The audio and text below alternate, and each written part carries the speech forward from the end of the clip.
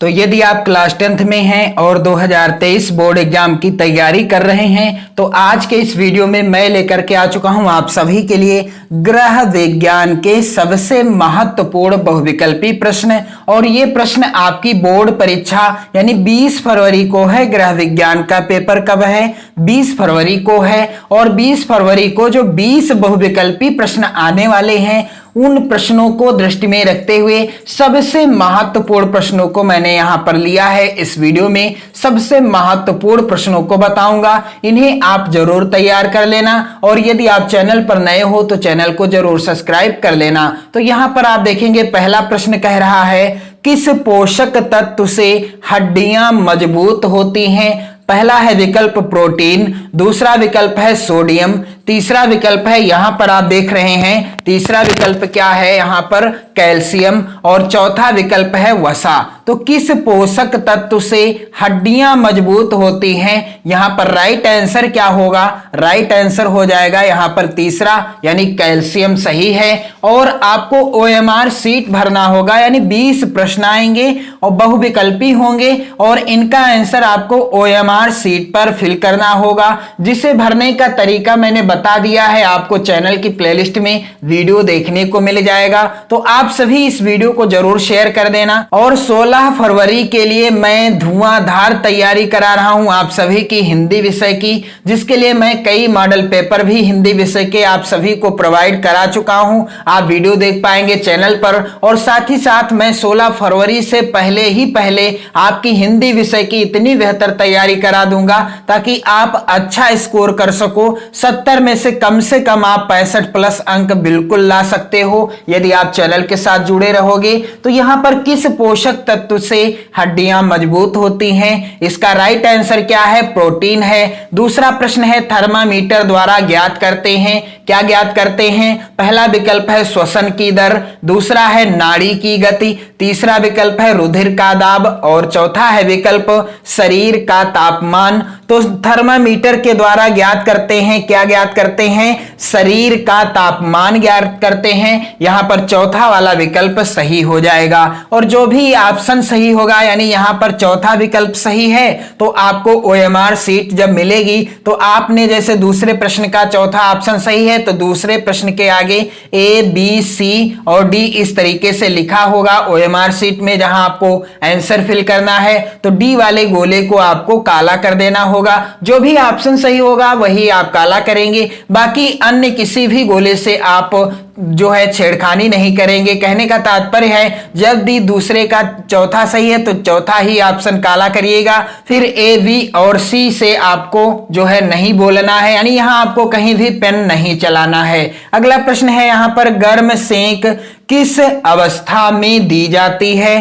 पहला विकल्प है तीव्र दर्द में, दूसरा है तेज ज्वर में, तीसरा विकल्प है स्पंज करते समय और चौथा विकल्प है इनमें से कोई नहीं। तो गर्म सेंक किस अवस्था में दी जाती है? इसका राइट आंसर क्या हो जाएगा? तीव्र दर्द में दी जाती है। पहला ही विकल्प सही है। तो आप जरूर शेयर कर देना इस वीडियो को। और मैं आपसे रिक्वेस्ट करना चाहूंगा कि आप सभी इन प्रश्नों को जरूर नोट कर लेना, क्योंकि ये प्रश्न जो हैं आपकी बोर्ड परीक्षा के लिए सबसे ज्यादा महत्वपूर्ण हैं और सबसे महत्वपूर्ण प्रश्नों को ही मैंने इस वीडियो में शामिल किया है।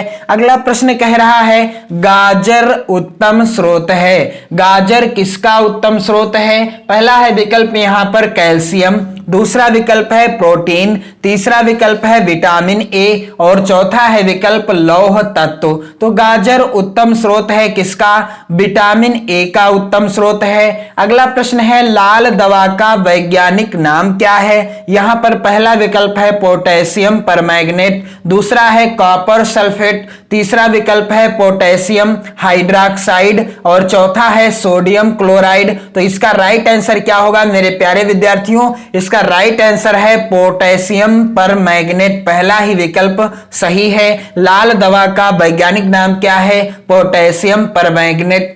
नाम है। अगला प्रश्न है संक्रामक रोग फैलते हैं, तो संक्रामक रोग कैसे फैलते हैं या किसके द्वारा फैलते हैं? पहला है विकल्प वायु द्वारा, दूसरा विकल्प है जल द्वारा, तीसरा विकल्प है संपर्क द्वारा और चौथा है विकल्प सभी प्रकार से।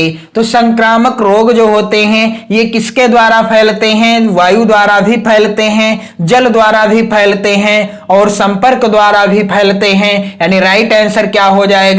सभी प्रकार से। अगला प्रश्न कह रहा है किसी परिवार का निश्चित अवधि में होने वाला आय व्यय का लेखा जोखा कहलाता है, क्या कहलाता है? पहला है विकल्प व्यय, दूसरा है आमदनी, तीसरा है बैंक खाता और चौथा है बजट। तो किसी परिवार का निश्चित अवधि में होने वाला आय व्यय का लेखा जोखा कहलाता है, क्या कहलाता है? राइट आंसर हो जाएगा यहां पर बजट कहलाता है, क्या? बजट कहलाता है। इसके बाद अगला प्रश्न है, कह रहा है वेरी इंपॉर्टेंट प्रश्न है 2023 बोर्ड एग्जाम की दृष्टि से, कह रहा है कि डेंगू रोग फैलता है। डेंगू रोग कैसे फैलता है या किसके द्वारा फैलता है? तो यहां पर पहला है विकल्प दूषित जल से, दूसरा विकल्प है दूषित वायु द्वारा, तीसरा विकल्प है मच्छर के काटने से और चौथा विकल्प है उपर्युक्त सभी के द्वारा। तो डेंगू रोग कैसे फैलता है यानी किसके द्वारा फैलता है? इसका राइट आंसर क्या हो जाएगा? डेंगू रोग मच्छर के काटने से फैलता है। दूषित जल से, दूषित वायु द्वारा यह रोग नहीं फैलता, बल्कि मच्छर के काटने से डेंगू रोग फैलता है। अगला प्रश्न है वेरी इंपॉर्टेंट है, कह रहा है मक्खियों द्वारा फैलता है, यानी मक्खियों द्वारा कौन सा रोग फैलता है? पहला विकल्प है मलेरिया, दूसरा विकल्प है डेंगू, तीसरा विकल्प है हैजा और चौथा विकल्प है तपेदिक। तो मक्खियों के द्वारा कौन सा रोग फैलता है? इसका राइट आंसर क्या हो जाएगा? मक्खियों के द्वारा हैजा रोग फैलता है। अगला प्रश्न है, कह रहा है रक्त यानी रुधिर की शुद्धि किस अंग में होती है? हमारे शरीर के किस अंग में रक्त यानी खून, जिसे रुधिर भी कहा जाता है, लहू भी कहा जाता है, की शुद्धि किस अंग में होती है या किस अंग में होता है? तो यहां पर आप देख रहे हैं पहला है विकल्प आहार नाल, दूसरा विकल्प है हृदय, तीसरा विकल्प है फेफड़े और चौथा है यकृत। तो हमारे फेफड़ों में हमारे रक्त की शुद्धि होती है, यानी साफ सुथरा रक्त कहां किया जाता है या कहां होता है? हमारे फेफड़ों में होता है। और यह प्रश्न सबसे ज्यादा महत्वपूर्ण था, इसे आप जरूर तैयार कर लेना। अगला प्रश्न है बचत का मुख्य उद्देश्य क्या है? तो यहां पर आप देख रहे हो पहला है विकल्प मनोरंजन के लिए, दूसरा विकल्प है भविष्य के लिए, तीसरा विकल्प है सुख प्राप्ति के लिए और चौथा विकल्प है इनमें से सभी। तो बचत का मुख्य उद्देश्य क्या है? यहां पर राइट आंसर क्या हो जाएगा? बचत करने का मुख्य उद्देश्य क्या है? इनमें से सभी। राइट आंसर क्या है? इनमें से सभी, यानी बचत करने का उद्देश्य क्या है? मनोरंजन के लिए भी, भविष्य के लिए भी और सुख प्राप्ति के लिए भी, यानी इनमें से सभी। ये सभी उद्देश्य हैं बचत करने के। अगला वेरी इंपॉर्टेंट प्रश्न है, कई बार ही नहीं लगातार बोर्ड परीक्षा में आता रहा है, जल का रासायनिक सूत्र क्या है? पहला विकल्प है H2O2, दूसरा है H2O, तीसरा विकल्प है CO2 और चौथा विकल्प है HO। तो जल का रासायनिक सूत्र क्या है? इसका राइट आंसर क्या हो जाएगा? H2O जल का रासायनिक सूत्र है। अगला प्रश्न है वेरी इंपॉर्टेंट, कह रहा है पर्यावरण दिवस किस दिन मनाया जाता है? पहला विकल्प है 1 जून, दूसरा विकल्प है 5 जून, तीसरा विकल्प है 12 जून और चौथा विकल्प है 18 जून। तो पर्यावरण दिवस किस दिन मनाया जाता है? प्रत्येक वर्ष 5 जून को विश्व पर्यावरण दिवस मनाया जाता है। अगला है प्रश्न यहां पर पर्यावरण प्रदूषण में वृद्धि करने वाले कारक कौन कौन से हैं? यहां पर पहला है विकल्प आप देख रहे हो औद्योगिकीकरण, दूसरा विकल्प है नगरीकरण, तीसरा विकल्प है वाहनों का धुआं और चौथा विकल्प है इनमें से सभी। तो आप इन सभी प्रश्नों का आंसर कमेंट करके भी बताते रहिए।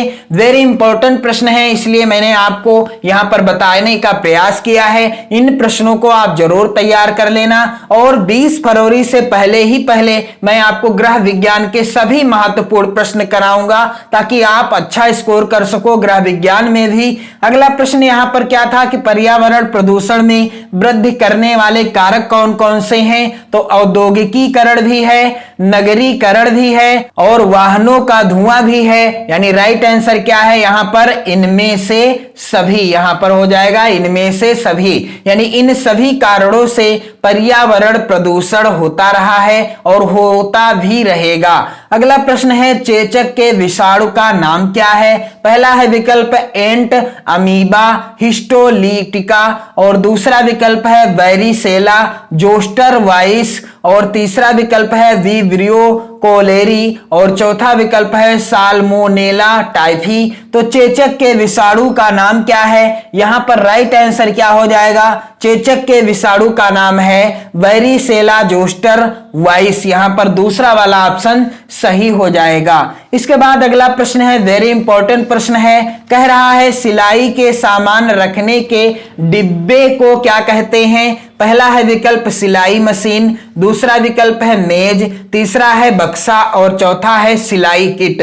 तो सिलाई के सामान रखने के लिए जो डिब्बे का प्रयोग करते हैं, यानी जिस डिब्बे का प्रयोग किया जाता है उसे क्या कहते हैं? सिलाई किट कहते हैं। क्या कहते हैं? सिलाई किट कहते हैं। अगला प्रश्न है सब्जियों को धोना चाहिए, सब्जियों को कब धोना चाहिए? पहला विकल्प है छीलने से पहले, दूसरा विकल्प है छीलने के बाद, तीसरा विकल्प है काटने के बाद और चौथा है प्रत्येक बार। तो सब्जियों को कब धोना चाहिए? छीलने के पहले धोना चाहिए या छीलने के बाद धोना चाहिए या काटने के बाद धोना चाहिए या प्रत्येक बार यानी छीलने और काटने दोनों बार धोना चाहिए? तो राइट आंसर क्या है? सब्जियों को कब धोना चाहिए? छीलने से पहले ही धो लेना चाहिए। अगला प्रश्न है अतिसार में रोगी को किस प्रकार का आहार देना चाहिए? तो यहां पर पहला विकल्प है उच्च प्रोटीन युक्त, दूसरा है विकल्प उच्च रेशेदार युक्त,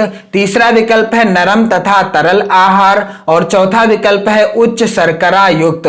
तो अतिसार में रोगी को किस प्रकार का आहार देना चाहिए? यहां पर राइट आंसर क्या हो जाएगा? यहां पर राइट आंसर है नरम तथा तरल आहार रोगी को देना चाहिए। अगला प्रश्न है एक वयस्क मानव शरीर में कितनी हड्डियां होती हैं? तो वेरी इंपॉर्टेंट प्रश्न है और सबसे ज्यादा सरल प्रश्न है। यहां पर पहला विकल्प है 220, दूसरा है 226, तीसरा है 232 और चौथा है यहां पर 206। तो यहां पर राइट आंसर क्या होगा कि एक वयस्क मानव शरीर में कितनी हड्डियां होती हैं? तो यहां पर आप देखेंगे राइट आंसर क्या है? 206। यहां पर राइट आंसर क्या है? 206, क्योंकि एक वयस्क मनुष्य के शरीर में कितनी हड्डियां होती हैं? 206 होती हैं। अगला प्रश्न है यहां पर आप देख रहे हो वेरी इंपॉर्टेंट प्रश्न है, कह रहा है निर्जलीकरण का अर्थ क्या है? पहला है विकल्प यहां पर शरीर में खून की कमी, दूसरा विकल्प है शरीर में पानी की कमी, तीसरा विकल्प है शरीर में कैल्शियम की कमी और चौथा है इनमें से सभी। तो निर्जलीकरण का अर्थ क्या है? राइट आंसर हो जाएगा मेरे प्यारे बच्चों शरीर में पानी की कमी। तो आज के इस वीडियो में मैंने आप सभी को ग्रह विज्ञान के 20 बहुत ही ज्यादा महत्वपूर्ण बहुविकल्पी प्रश्नों को बताया है। इन सभी प्रश्नों को आप जरूर नोट कर लेना, लिख लेना। 20 फरवरी को यहां से प्रश्न जरूर आएंगे, 100% आएंगे आपकी बोर्ड परीक्षा में। और आप चैनल के साथ जुड़े रहें, पढ़ते रहें, मस्त रहें, स्वस्थ रहें। जय हिंद।